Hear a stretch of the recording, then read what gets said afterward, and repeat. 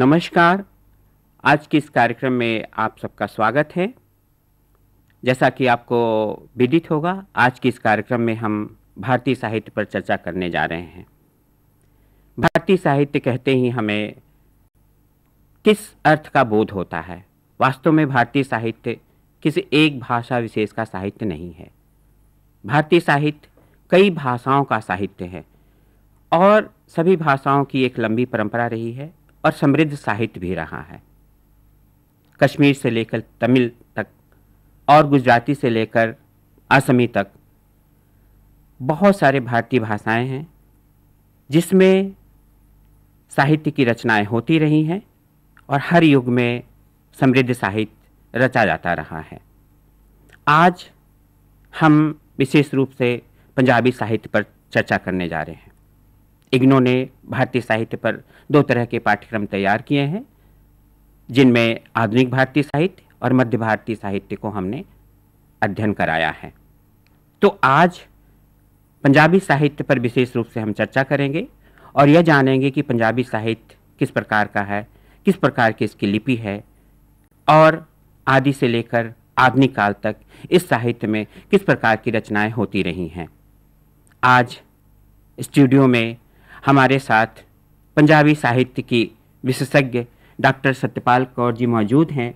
आपका इस स्टूडियो में स्वागत है और हम डॉक्टर सत्यपाल कौर जी से, जो कि पंजाबी भाषा की लेखिका हैं, मर्मज्ञ हैं और विशेष रूप से पंजाबी साहित्य की गहराई को समझती हैं और आदि से लेकर आधुनिक काल तक पंजाबी साहित्य में जो प्रगति हुई है उसके बारे में हम उनसे चर्चा करेंगे और बहुत सी ऐसी बातें जानेंगे जो शायद हम नहीं जानते हैं और इस प्रकार हम इस साहित्य की विशेषताओं को भी पहचानेंगे। तो डॉक्टर सत्यपाल कौर जी, आपका स्वागत है। नमस्कार। और सबसे पहले मैं यह आपसे जानना चाहूँगा कि पंजाबी भाषा दरअसल किस प्रकार की है और इसका क्षेत्र क्या है और ये हमारे देश के किस भाग में बोली जाती है। क्या देश से बाहर भी इस भाषा का स्थान है? तो आप सबसे पहले हमें इसी बात की जानकारी दें। नमस्कार। पंजाबी भाषा के बारे में जो आपने सवाल किया वो बहुत ही अच्छा। सबसे पहले हमें ये समझ लेना चाहिए कि पंजाबी या पंजाब शब्द आया कहाँ से। पंज और आब 2 शब्दों से मिल करके ये शब्द बना है। पंज यानी 5 पंजाबी का शब्द है और आब ये फ़ारसी भाषा से आया शब्द है।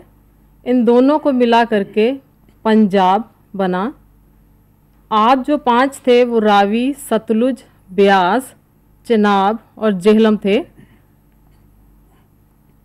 और इनको मिला करके पंजाब बना। पंजाब क्षेत्र के अंदर जो भाषा बोली जाती है उसको हम पंजाबी कहते हैं। ये जो भाषा है 2 तरह से हम देखते हैं, एक बोलचाल की भाषा और एक साहित्यिक भाषा, टकसाली बोली। पंजाब के अंदर उपभाषाएं भी बोली जाती हैं, जैसे आपने सवाल किया। माझी, दोआबी, मलवई, मुल्तानी, डोगरी, पोठोहारी और पुआधी, इन नामों से ये उपभाषाएं जानी जाती हैं। इनके बोलने का इलाके जो हैं अलग अलग, जैसे हम माझी को देखें तो ये लाहौर, अमृतसर और गुरदासपुर के इलाके में बोले जाने वाली भाषा है। दुआबी जो है वो जालंधर, होशियारपुर के एरिया में बोले जाने वाली। मलवई सतलुज के इलाके, लुधियाना और पटियाला के आसपास बोली जाने वाली बोली है। और मुल्तानी पाकिस्तान मुल्तान में बोले जाने वाली। और डोगरी जो है जम्मू और कुल्लू पहाड़ी इलाके में बोली जाने वाली बोली है। और पोठोहारी जो रावलपिंडी के पहाड़ी इलाके हैं वहाँ पर बोली जाती है। और पुआधी जो है वो पटियाला, अम्बाला और छोटे मोटे आसपास के जो इलाके हैं वहाँ पर बोली जाने वाली। जैसे आपने ये पूछा कि ये भाषा और कहाँ कहाँ बोली जाती है, ये भाषा पाकिस्तान का जो बंटवारे से बाद का जो पाकिस्तान के अंदर पंजाब का एरिया आ गया है उसके अंदर भी ये पंजाबी भाषा बोली जाती है।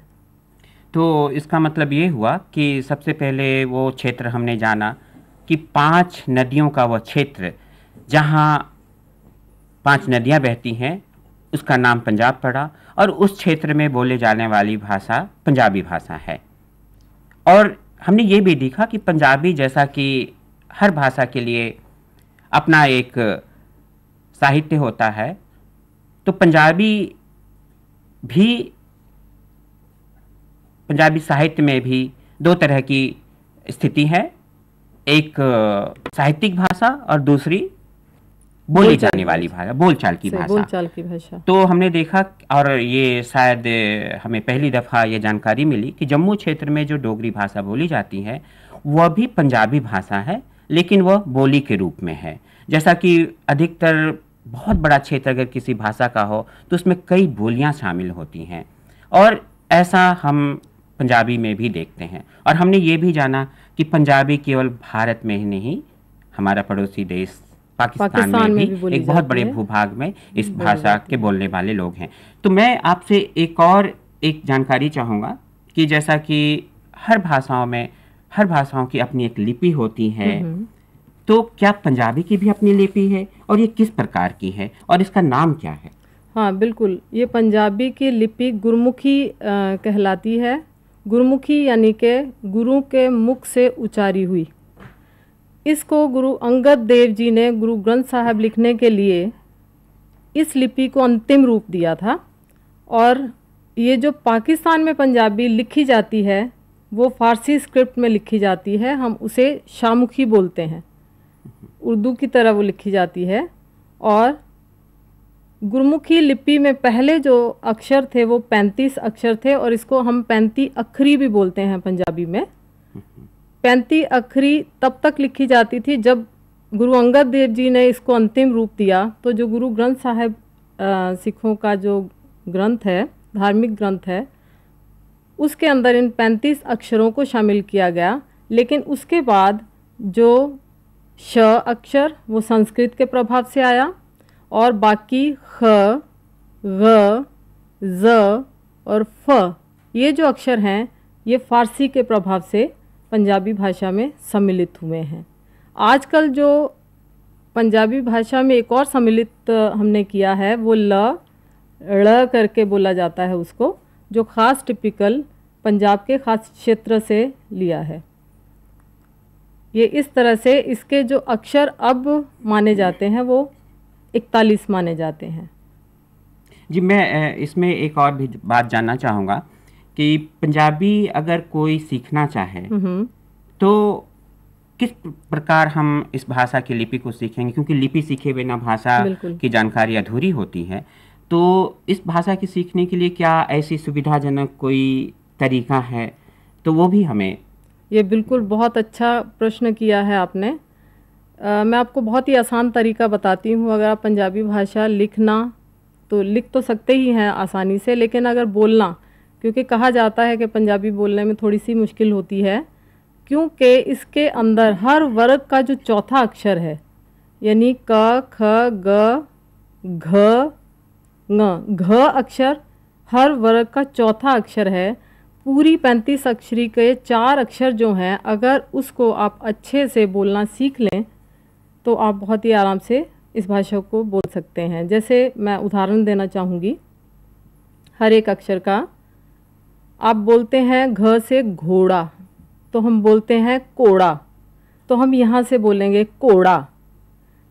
झंडा, आप झंडा बोलते हैं, मैं बोलूँगी चंडा। आप ढोल बोलते हैं, मैं पंजाबी में उसको बोलूँगी टोल। धरती बोलते हैं, आप ध इस्तेमाल करते हैं, बोलते हुए ध बोलते हैं, तो मैं उसको बोलूँगी धरती। इसी तरह से भालू, तो मैं उसको बोलूँगी पालू। तो इस तरह से इन अगर 5 अक्षरों को बहुत अच्छे से आप अभ्यास कर लें तो आप पंजाबी भाषा बहुत ही आराम से और सुविधाजनक बोल सकते हैं। आपने देखा कि किसी भाषा की अपनी एक केमिस्ट्री होती है, अपनी एक रसायन होती है, अर्थात कोई भी भाषा क्यों दूसरी भाषा से भिन्न है, और उस भिन्न भाषा की सबसे बड़ी विशेषता क्या है। कई बार हम यह भी देखते हैं कि जो भाषा हम नहीं जानते हैं और उस भाषा की उच्चारण करते समय जब हमें कई ऐसी अनोखी बात सामने नज़र आती है या उसमें सुनने में कुछ अंतर महसूस होता है, तो हमें कुछ थोड़ा अजीब सा लगता है। कई बार उस पर हम या तो हम कुछ टिप्पणियाँ भी कर सकते हैं। लेकिन हर भाषा की जो खासियत है, विशेषताएं है, वो ये है कि उसकी अपनी एक ध्वनि होती है। और अभी जैसा कि डॉक्टर सतपाल कौर जी ने हमें बिल्कुल अंतर करके बताया कि किस प्रकार इस भाषा के बोलने में जब धरती को तरती कही जाती है तो बिल्कुल अंतर है, उच्चारण में ये बिल्कुल अंतर आता है। और यही हमें भाषा की सही उच्चारण और सही तरीका बताता है। तो मैं ये भी जानना चाहूँगा कि इस भाषा की लिपि और इस भाषा की लिपि का किस प्रकार विकास हुआ, उसे भी हम अपने दर्शकों को आप बताएं। हाँ बिल्कुल, मैं ये आप दर्शकों को दिखाना चाहूँगी। ये 35 लिखा है, 35 अक्षरी है ये जो आजकल लिखी जाती है। ये मेरे पास कुछ एक मैन्युस्क्रिप्ट पुरानी है, तकरीबन ये 1580 के आसपास की ये वाली स्क्रिप्ट, जो कि गुरु अर्जन देव जी की लिखी हुई है। नीचे वाली गुरु हरगोबिंद जी की मैन्युस्क्रिप्ट, जो कि मूल मंत्र लिखा हुआ है गुरु नानक देव जी रचित जपजी साहिब का। और ये गुरु हर राय जी की, ये तकरीबन 15वीं शताब्दी के आसपास की मैन्युस्क्रिप्ट है। इसके बाद ये इसमें थोड़ा सा विकास और हुआ। 1600 तकरीबन 50 के आसपास गुरु तेग बहादुर जी की लिखी हुई मैन्युस्क्रिप्ट हम आपको दिखा रहे हैं। इसके बाद ये गुरु गोबिंद सिंह जी की तकरीबन 16वीं शताब्दी की मैन्युस्क्रिप्ट। इसको आप देख सकते हैं कि पहले समय में हाथ से किस तरह से स्क्रिप्ट लिखी जाती थी। और इसके बाद आज इसका रूप ये हमारे सामने है, जिस भाषा को आजकल हम लिखते और पढ़ते हैं। जी, तो ये एक और बात हमारे सामने आई कि जिस प्रकार हर भाषाओं की अपनी जो लिपि होती है और उस लिपि का एक विकास क्रम होता है। और हमने अभी देखा जो मैन्युस्क्रिप्ट जो लिपि हमारे सामने दिखाई गई, उसमें कई स्तर आए। यानी आरंभ में गुरुमुखी लिपि का स्वरूप कुछ अलग था और उसमें परिवर्तन आता रहा है। और आरंभ से लेकर अभी तक जो विकास हुआ है और जो वर्तमान समय में पंजाबी भाषा जिस लिपि में लिखी जाती है, उसे भी हमने देखा। तो इस प्रकार भाषा और लिपि की बात हमने की। अब हम मूल रूप से साहित्य की बात करेंगे और आधुनिक भारतीय भाषाओं की बात करते हुए, जैसा कि मैंने कहा कि सभी भारतीय भाषाओं को हमने अपने EHD 5 के पाठ्यक्रम में पढ़ाया है और पंजाबी भी उसमें शामिल है। तो आधुनिक भारतीय साहित्य कहने से हम में जो बोध होता है वो यही होता है कि वर्तमान समय का साहित्य। लेकिन हर समय में जो साहित्य उस समय का होता है वह आधुनिक साहित्य कहलाता है। और हम आधुनिकता की धारणा से कई चीज़ों से उसे नापते हैं, अर्थात आधुनिक विचार या पुराने से अंतर। और इसी प्रकार आधुनिक पंजाबी साहित्य में भी वह अंतर हमें देखने को मिलता है। तो मैं डॉक्टर सतपाल कौर जी से यह जानना चाहूँगा कि आधुनिक पंजाबी साहित्य की शुरुआत किस प्रकार होती है और हम वहाँ उसे किस रूप में देखते हैं। जब हम आधुनिक पंजाबी साहित्य की बात करते हैं तो इससे पहले हमें ये जान लेना ज़रूरी है कि मध्यकाल में ये साहित्य किस तरह से शुरुआत हुई उसकी और किस तरह से आगे उसका चलन हुआ। मध्यकाल से भी पहले की अगर हम बात करें पुरातन साहित्य में, तो हम देखते हैं कि नाथ जोगियों की रचना जो हमारे पास आई, किताब रूप में तो नहीं आई, लेकिन जो भी नाथ जोगियों ने लिखा पंजाबी में, क्योंकि पंजाब में ही नाथ जोगी बसते थे। जैसे हम जालंधर अगर नाम लेते हैं तो जालंधर नाथ कहा जाता है कि वहीं के ही थे। तो इस तरह से पंजाब के एरिया में रहने वाले नाथ जोगियों ने पंजाबी भाषा के अंदर जितनी भी रचना की वो हमारे पास आती है। और उसके बाद जो मध्यकाल, उसको हम पुरातन साहित्य में लेते हैं, लेकिन उसके बाद जो मध्य काल के अंदर लिखा गया साहित्य है वो बाबा फरीद से शुरू होता है। बाबा फरीद एक सूफ़ी कवि थे और इन्होंने श्लोक और शब्दों की रचना की।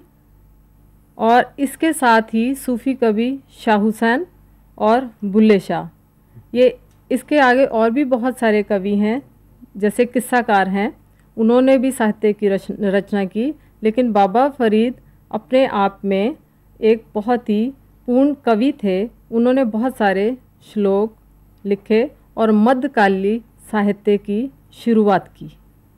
यानी जैसा कि सभी भारतीय भाषाओं में ये होता है कि किसी साहित्य का, किसी भाषा साहित्य का आदिकाल होता है, मध्यकाल और आधुनिक काल। पंजाबी साहित्य में भी ऐसा हुआ। यानी अभी जो आपने बात कही बाबा फरीद के ज़माने की और मध्यकाल की बात की और उस समय की साहित्यिक रचनाएं की गई। मैं इसमें ये जानना चाहूँगा कि जैसा कि आपने जिक्र किया कि सूफी मत, तो उनके साहित्य में ये सूफी मत आखिर है क्या, और इस साहित्य में कौन सी ऐसी विशेषता थी जिसने साहित्य को विशेषकर अलग तरह का साहित्य के रूप में हम देखते हैं, जानते हैं? बिल्कुल, बाबा फरीद के बारे में ये बताना चाहूँगी कि बाबा फरीद जो हैं वो इस्लामी शर्रा के बहुत ज़्यादा पाबंद थे। उन्होंने उसके अंदर रहकर के ही अपनी रचना कही। जैसे 5 वक्त नमाज पढ़ना बहुत ज़रूरी था उनके लिए, वज़ू करना या इसी से रिलेटेड अपने धर्म का पालन करना बहुत ही ज़रूरी था। उनके श्लोक के अंदर, तकरीबन सारे ही श्लोक के अंदर वो इस शर्रा को मानते हुए दिखाई देते हैं। मैं कुछ एक इसके उदाहरण देना चाहूँगी जो कि पंजाबी भाषा में ही मैं बोलूँगी। वो कहते हैं, फरीदा फरीदा खाक ना निंदिए, खाकू जेड़ ना कोए, जीव दिया पैरां तले, मोया ऊपर होए। इसका हिंदी अनुवाद? हाँ, छोटी सी नाचीज़ को भी आप छोटी नहीं समझे, क्योंकि वो भी मिट्टी जिसको हम नाचीज़ समझते हैं वो भी कभी हमारे ऊपर आने वाली है, हम उसी में ही मिलने वाले हैं। तो इसी तरह से और कहते हैं, फरीदा जेतू अकल लतीफ़, काले लिख न लेख, आप नड़े गरीबान में सिर नीवा कर देख। वो इस बात पे भी जोर देते हैं कि दूसरे के ऊपर उंगली उठाने से पहले आप अपने आप को भी देखिए। इसी तरह से वो कहते हैं, परमात्मा से मिलना, रास्ते में बहुत सारी रुकावटें आती हैं और उनकी परवाह ना करते हुए वहाँ तक पहुँचना एक बहुत बड़ी बात है। वो 2 श्लोक कहते हैं, फरीदा गलिए चिक्कड़ दूर कर, नाल प्यारे ने हो, गलिए चिक्कड़ दूर कर, नाल प्यारे ने हो, चलां त भिज्जे कंबली, रहां त टुट्टे ने हो। दूसरे में अपने आप वो जवाब भी देते हैं, भिज्जो सिज्जो कमली, भिज्जो सिज्जो कमली, अल्लाह वरसे में हो, जाए मिला तिना सज्जरा, जाए मिला तिना सज्जना, टुट्टे ना ही ने हो। वो इस तरह से अपने परमात्मा की ओर प्यार का इजहार इन शब्दों में भी करते हैं। फिर वो कहते हैं एक जगह पे, फरीदा बार पराए बैसना, हे परमात्मा मेरे को दूसरे के दरवाजे के ऊपर ना बैठना पड़े, किसी और धर्म को ना अपनाना पड़े। फरीदा बार पराए बैसना, साईं मुझे ना दे, जेतू एवें रख सी, जेतू एवें रख सी, जियो शरीरो ले, मेरा ये शरीर मुझे नहीं चाहिए। तो इस तरह से जो वो अपना परमात्मा की ओर, आध्यात्मिकता की ओर बात करते हैं। यानी मध्यकालीन भारतीय साहित्य में जो सबसे बड़ी विशेषता यह देखने को मिलती है, और वो सभी भारतीय भाषाओं में, हिंदी में, उस काल के, उस दौर के जितने भी कविगण हुए, उन्होंने एक तो मानवता की बात कही, दूसरे केंद्र में अल्लाह, भगवान, ईश्वर ये रहे, और उन तक पहुंचने के लिए उन्हें अपने किसी भी समझौते को नहीं करना चाहिए। ये मध्यकालीन भारतीय साहित्य की विशेषता हमें प्रत्येक भारतीय भाषाओं में देखने को मिलती है। डॉक्टर, मैं आपसे ये जानना चाहता हूँ कि आधुनिक पंजाबी साहित्य की शुरुआत किस रूप में होती है और हम उसे कहाँ से मानते हैं? ये आधुनिक पंजाबी, एक बाबा फरीद के बारे में और बताना चाहूँगी कि बाबा फरीद की जो वाणी है वो गुरु ग्रंथ साहिब में भी दर्ज है। बाबा फरीद से हम मध्यकाल के साहित्य की शुरुआत मानते हैं। इसके साथ साथ बाद में भी और इसके साथ साथ और भी बहुत सारी रचनाएं रची गईं। बाद का साहित्य जो है वो मध्यकाल में ही आता है, गुरमत साहित्य, जो सिखों के गुरुओं ने उसको रचा और उसको हमने एक आदि ग्रंथ में उसको देखते हैं, जिसका नाम उन्होंने गुरु ग्रंथ साहिब रखा। तो गुरु ग्रंथ साहिब की आपने चर्चा की, तो मैं ये जानना चाहूँगा, जो सिख आंदोलन या हम इसे एक सामाजिक आंदोलन के रूप में भी देखते हैं, तो गुरु ग्रंथ साहब में जिन लोगों को स्थान दिया गया है उसके बारे में थोड़ा विस्तार से बताएं, क्योंकि जहाँ तक हमें सूचना है या जो हम थोड़ी सी जानकारी हम सभी जानते हैं कि गुरु ग्रंथ साहब में जितनी वानियाँ संकलित की गई हैं उसमें एक विशेष संदेश है और वो संदेश समाज के हर वर्ग की ओर से दिया गया है। मैं उस पर ज़्यादा जानना चाहूँगा। जो गुरु ग्रंथ साहब हैं वो उसके अंदर गुरु साहिबान की बाणी के अलावा 15 भक्तों की बानियाँ भी शामिल हैं, जिसमें नामदेव हैं, कबीर हैं, रविदास हैं, बाबा फरीद हैं। तो इस तरह से सब धर्मों के लोगों की वाणियों को उसमें शामिल किया गया है, क्योंकि ये मत से रिलेटेड जितनी भी उनकी बातें थीं इसमें कही गईं। और गुरु ग्रंथ साहब जो था, गुरु अर्जन देव जी ने इसका संकलन किया। गुरु नानक देव जी इसके सबसे हम पहले कवि मानते हैं। गुरु नानक देव जी ने अपनी वाणी जो है 19 रागों में लिखी है।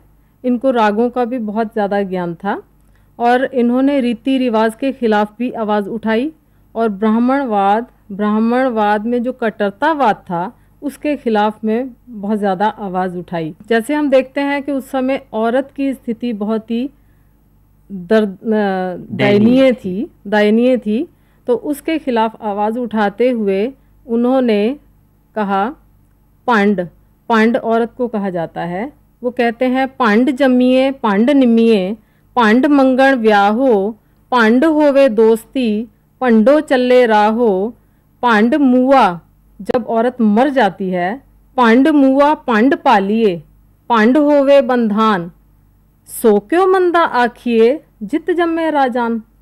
जिस औरत ने राजाओं को जन्म दिया उस औरत को क्यों बुरा कहा जाए। तो इस तरह से औरत को सही स्थान दिलवाने वाले सबसे पहले हमारे जो लेखक हम कहेंगे ये संत कवि जो हैं वो गुरु नानक देव जी ही थे।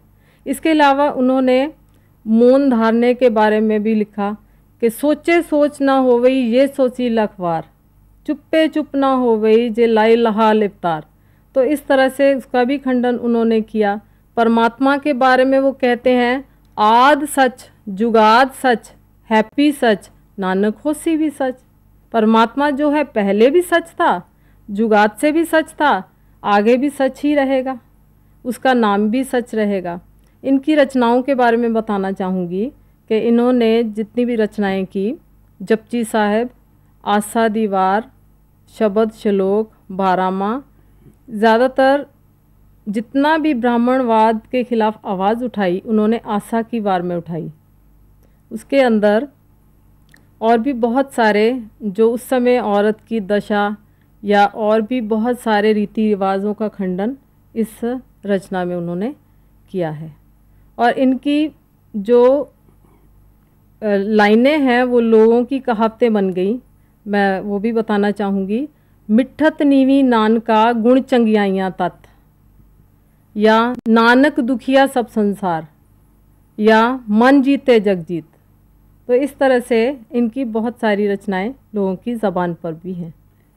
इसका मतलब ये हुआ कि जो भक्ति साहित्य को हम साधारणतः यही जानते हैं कि भक्त कवियों ने केवल भगवान को केंद्र में रखकर रचनाएं की और केवल भगवान का गुणगान करना, उनके स्मरण में बातें कहना ही मुख्य था, ऐसा नहीं है। ऐसा नहीं है। कुल मिला के ये जो भक्ति आंदोलन था वो उसके पीछे एक पूरा का पूरा सामाजिक आंदोलन था, और समाज को एक समता मूलक समाज स्थापित करने के लिए एक आंदोलन के रूप में वो था। और इस प्रकार हम देखते हैं कि इसमें जो भी रचनाएं की गई उसमें ये सारी बातें देखते हैं जो आज भी हम आधुनिक युग में जिन आंदोलन की चर्चा करते हैं, चाहे वो समाज की एकता की बात हो, चाहे ऊंच नीच की बात हो, या स्त्री को अपना उचित स्थान दिलाने की बात हो, इसकी शुरुआत हम गुरु ग्रंथ साहब में भी देखते हैं, नानक जी के द्वारा किया हुआ ही जान पाते हैं।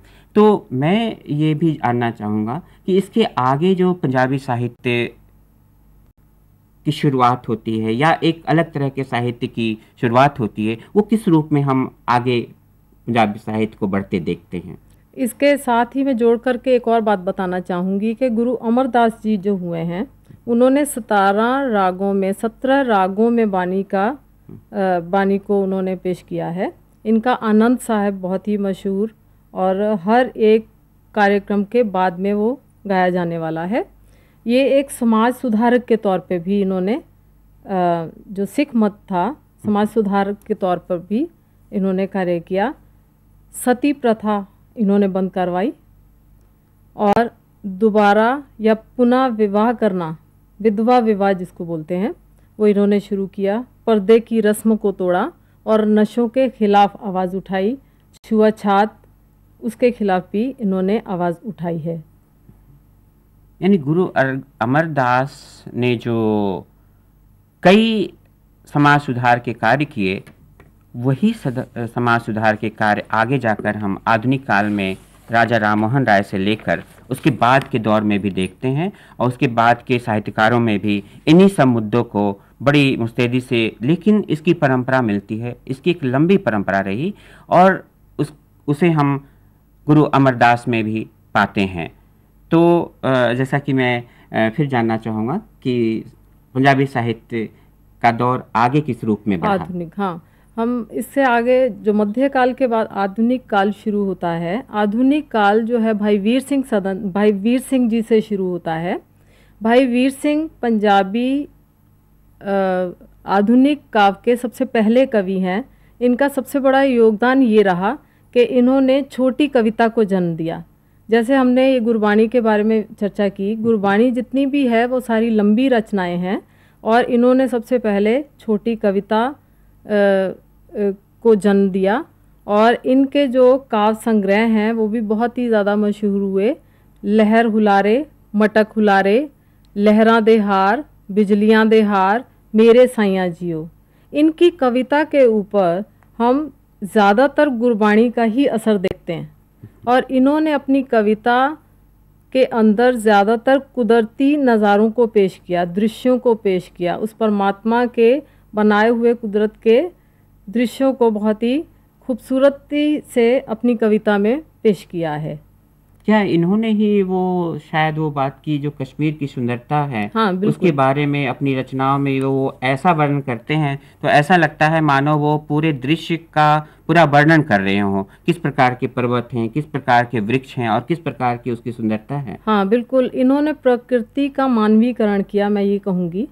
एक वैरी नाग तेरा पहला छलका, वैरी नाग जो है समुद्र के अंदर एक चश्मा है, उसको कहा गया है। उनको संबोधित होकर के, वैरी नाग को संबोधित होकर के वो कविता कहते हैं, वैरी नाग तेरा पहला झलका जद अखियां विच वजदा, वैरी नाग तेरा पहला झलका जद अखियां विच वजदा, कुदरत दे कादर दा जलवा लै लैंदा एक सजदा, रंग फिरोजी झलक बिलोरी डलक मोतियां वाली, रूह विच आ जज्ब होए दिल वेख वेख नहीं रजदा। तो इस तरह से बहुत ही खूबसूरती से उन्होंने पेश किया है। और एक कविता में वो ये बताते हैं कि कश्मीर कैसे बना, मतलब वो अपनी कल्पना से ही उसको एक कविता में हमारे सामने पेश करते हैं। ये एक दो बातें लगातार साहित्य में देखने को मिल रही है। आदिकाल, मध्यकाल और आधुनिक काल में दो तीन सबसे ज़रूरी और सबसे महत्वपूर्ण बातें यही देखने को हमें मिलती हैं कि एक तो प्रकृति, दूसरी ओर समाज, तीसरी ओर जो सामाजिक बुराइयां हैं उस पर बहुत सारी बातें। तो आगे के जो हमारे पंजाबी साहित्य के रचनाकार हुए, क्या उनमें भी ये चीज़ें देखने को मिलती हैं? और विशेष रूप से मैं ये भी जानना चाहूँगा कि जिस तरह का अन्य भारतीय भाषाओं में पत्र पत्रिकाओं की सबसे बड़ी भूमिका रही है साहित्य के उत्थान में, बिल्कुल। तो क्या पंजाबी साहित्य में भी कोई ऐसी पत्रिका या ऐसा पत्र छपता रहा जिसने साहित्य को आगे बढ़ाया? बिल्कुल, भाई वीर सिंह के बारे में ही बताना चाहूँगी। भाई वीर सिंह ने 1899 ईस्वी में खालसा समाचार एक पत्रिका शुरू की थी। वो बहुत खुशी की बात है, मुझे बहुत हर्ष हो रहा है दिखाते हुए कि आज भी वो पत्रिका जो है निकल रही है। आज भी इस पत्रिका को भाई वीर सिंह सदन से निकाला जा रहा है और ये आपके सामने है। इसके अंदर का जो मटेरियल है वो उस समय के भाई वीर सिंह जी ने लिखा हुआ, जो भी लिखा हुआ था उसको भी पेश किया जाता है। इसके अलावा उस समय जो खालसा समाचार लिखा जाता था उसके अंदर सिख समाज से रिलेटेड तो मटेरियल होता ही था, लेकिन इसके अलावा उसके अंदर नारी के बारे में भी बताया जाता था। उनका एक विशेष कॉलम होता था। इस समय जो ये खालसा समाचार छप रहा है इसके अंदर इंग्लिश में भी मैटर दिया जाता है ताकि इसको और भी लोग पढ़ सकें या इसमें अपने आर्टिकल्स दे सकते हैं जो सिख धर्म से या धर्म से रिलेटेड हो। ज़रूरी नहीं है सिख धर्म से रिलेटेड हो। जैसे लॉर्ड इज़ वन, ये आप देख सकते हैं। ये इसी ही हफ्तावार ये पर्चा है और इसी ही हफ्ते का ये आपको दिखाया जा रहा है। इस पत्रिका की शुरुआत आपने कब? 1899 में की भाई वीर सिंह जी ने और ये अब तक छप रहा है। ये एक बहुत बड़ी सूचना हमारे दर्शकों के लिए है कि 18वीं शताब्दी से लेकर अभी तक जो पत्रिका हमारे सामने रही है वो इसका एक लंबा दौर रहा है। और सबसे महत्वपूर्ण बात यह भी है कि इस पत्रिका में जहाँ एक और धर्म की बातें की जा रही है वहीं समाज सुधार की बात की जा रही है, और वहीं जैसा कि आपने सूचना दी कि एक पूरा का पूरा एक सेक्शन, एक अंश स्त्री मुक्ति से संबंधित भी रहा है और वो आज भी जारी है। तो मैं ये जानना चाहूँगा कि भाई वीर सिंह के बाद कौन से ऐसे रचनाकार हैं जिन्होंने पंजाबी साहित्य को समृद्ध किया? हाँ बिल्कुल, दूसरे जो है इनके बाद भाई वीर सिंह जी के बाद प्रोफेसर पूरन सिंह हैं। प्रोफेसर पूरन सिंह ने, जैसे भाई वीर सिंह ने छंदबद्ध कविता को एक रूप दिया और छोटी कविता हमारे सामने वो लेके आए। इसके बाद प्रोफेसर पूरन सिंह ने छोटी कविता तो लिखी ही, लेकिन इसके साथ साथ उन्होंने अपनी कविता को छंद मुक्त कर दिया। इसको हम सैलानी छंद कहेंगे। प्रोफेसर पूरन सिंह जो हैं वो वॉल्ट विटमैन से बहुत ज़्यादा प्रभावित हुए, क्योंकि इन्होंने अपनी सारी शिक्षा जो थी, तकरीबन उच्च शिक्षा जो थी, वो जापान में हासिल की और इंग्लिश में भी उन्होंने अपना लिटरेचर पेश किया है, लिखा है। और इसके अलावा इन्होंने काव्य संग्रह जो हैं वो पेश किए 3, जो तीनों ही बहुत ज़्यादा मकबूल हुए। खुले कुंड, खुले मैदान, खुले आसमानी रंग। और एक लेखों की किताब है, लेख की किताब है खुले लेख, जैसे के नाम से भी विदित होगा आपको, जैसे नाम से ही पता चल रहा है कि खुले करके बोला उन्होंने। तो इन्होंने खुलेपन को पेश किया है, चाहे वो पंजाब की धरती को पेश कर रहे हों, चाहे वो पंजाबियत को पेश कर रहे हों, उन्होंने बहुत ही खुले रूप में उसको पेश किया है। नवे जो बिल्कुल नए अलंकार, बिंब, शैली, वृत्तांती और रूपक और उपमा अलंकार को इन्होंने बहुत ही अच्छे तरीके से अपनी कविता में पेश किया है। यानी पंजाबी भाषा में एक ऐसा दौर आया जब प्रोफेसर पूरन सिंह ने जो रचनाएं की उसमें सबसे बड़ी बात यह हुई कि एक नए तरह का साहित्य रचा जाने लगा, यानी बिंब, छंद और विषय सभी को उन्होंने एक नया आयाम दिया। तो इनकी कुछ रचनाएं अगर आप पढ़ के सुनाएं हमारे दर्शकों को। बिल्कुल, पंजाबियों के खुले स्वभाव के बारे में।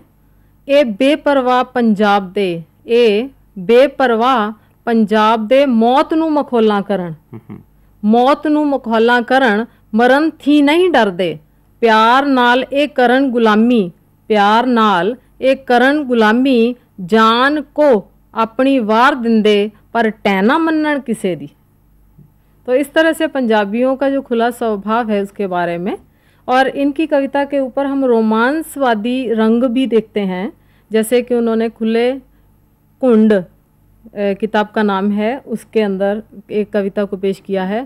पागल या वैशी जिहा ए चा मेरा आखे ना लगदा नियमा विच ना बजदा।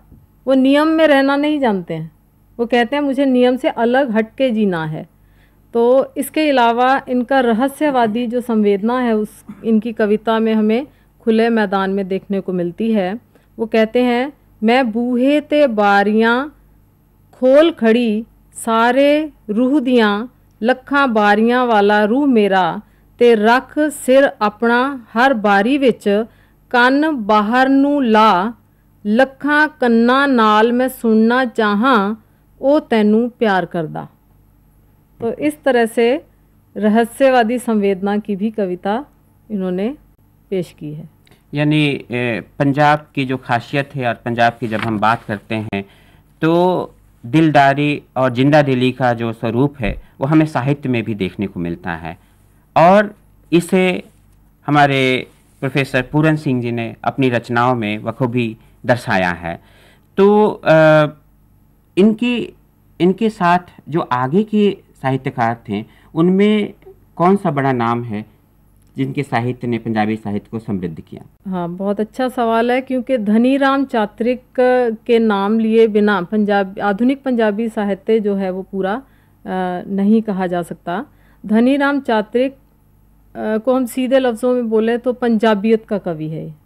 जैसे हम पूरन सिंह को बोलते हैं तो इनको भी, इनकी कविता में पंजाब का पूरा रंग, पंजाब का पूरा स्वभाव, कल्चर, सभ्यता, संस्कृति सब कुछ देखने को धनीराम चात्रिक की कविता में मिलता है। सबसे पहले मैं ये भी एक बहुत अच्छी बात बताना चाहूँगी कि ये एक देशभक्त कवि भी रहे हैं। इनकी कविता जो है उसके अंदर पंजाब की मिट्टी की खुशबू होगी, वहाँ के गभरू नौजवान, मुटियारें यानी कि नौजवान औरतें, मेले, त्योहार, खेल जो हैं वहाँ की जो खेल हैं और रीति रिवाज वहाँ के इनकी कविता में हमें देखने को मिलते हैं। और इन्होंने जो भारत से अंधविश्वास को मिटाने का एक बहुत अच्छा बीड़ा भी उठाया था।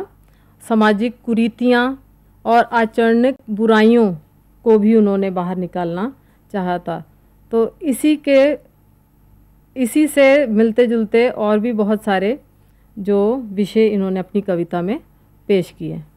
इनकी कविताओं के संग्रह जो हैं वो केसर क्यारी, नवा जहाँ, सूफ़ी खाना, चंदनवाड़ी, और इसके अलावा इन्होंने किस्सा की भी रचना की। 2 किस्से भरथरी हरी और नल दमयंती। किस्से के बारे में ये बताना चाहूँगी कि किस्सा उन्होंने करते हुए परंपरा को अपनाते हुए मंगलाचरण को ध्यान में रखा और मंगलाचरण को भी इन्होंने किस्से के शुरू में पेश किया।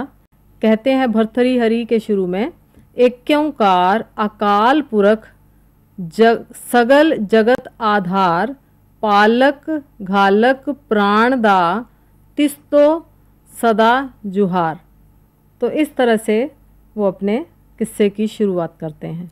दरअसल 19वीं शताब्दी के भारतीय साहित्य में 2 चीज़ें हम महत्वपूर्ण रूप से देखते हैं, और जो हमारा HD 5 का पाठ्यक्रम है आधुनिक भारतीय साहित्य, नवजागरण और राष्ट्रीय चेतना। तो जैसा कि अभी हमें डॉक्टर सतपाल कौर जी ने सूचना दी कि पंजाबी साहित्य में भी राष्ट्रीय आंदोलन से संबंधित रचनाएं की गई, क्योंकि वह एक ऐसा दौर था, देश गुलाम था, अंग्रेज़ों का गुलाम था और हमें आज़ादी चाहिए थी। तो तत्कालीन लेखकों ने अपनी रचनाओं के माध्यम से भारत के हर कोने में लोगों में आज़ादी का जुनून पैदा किया था, और यह कार्य पंजाब में भी हुआ था। तो मैं चाहूँगा कि कुछ ऐसी रचनाएं अगर हों तो आप उसे बिल्कुल। इनके बारे में एक कहा जाता है कि ये वतन की मिट्टी के पुजारी थे। जैसे 2 लाइनों में आप समझ जाएंगे, तेरी मिट्टी दा कुल्ला भी, तेरी मिट्टी दा कुल्ला भी शाही महला तो प्यारा है। बस 2 लाइनों में आप समझ जाइए कि कितनी बड़ी उन्होंने बात कह दी। और इसके अलावा ये सुधारवादी थे। दफन हो रही फिरकेदारी, दफन हो रही फिरकेदारी, छूत दी लाहनत बेइतबारी, गलत अकीदियां दी बीमारी, सब दुनिया बेजार, पंछिया नवी उडारी मार, पंछिया नवी उडारी मार। इसी तरह से हिंदू मुस्लिम एकता के बारे में वो कहते हैं, ओ हिंद दे जवाना, ओ हिंद दे जवाना, हिंदू ते मुसलमाना, हिंदू ते मुसलमाना, होशियार होके डट जा, होशियार होके डट जा, उक जाए ना निशाना, हिम्मत दे नाल छो दे, इतफाक दी उडारी, ओ देश दे पुजारी, ओ देश दे पुजारी। ये जो जी। हाँ, इसी तरह से इन्होंने एक कविता लिखी थी बहुत ही अच्छी, त्रै मावां, जो कि कोर्स में भी लगी हुई है। त्रै मावां, 3 ही लोगों को वो माँ मानता है। एक तो लक्ष्मी देवी जिसने उसको जन्म दिया, दूसरी भारत माता जहाँ पर वो पला बढ़ा हुआ, और तीसरी पंजाबी बोली। दूसरी भारत माता के बारे में मैं बताना चाहूँगी क्योंकि इसके अंदर वो भावना को पेश किया गया है। जब यहाँ पर फिरंगी आए, उन्होंने यहाँ पर जो भी किया उसके बारे में।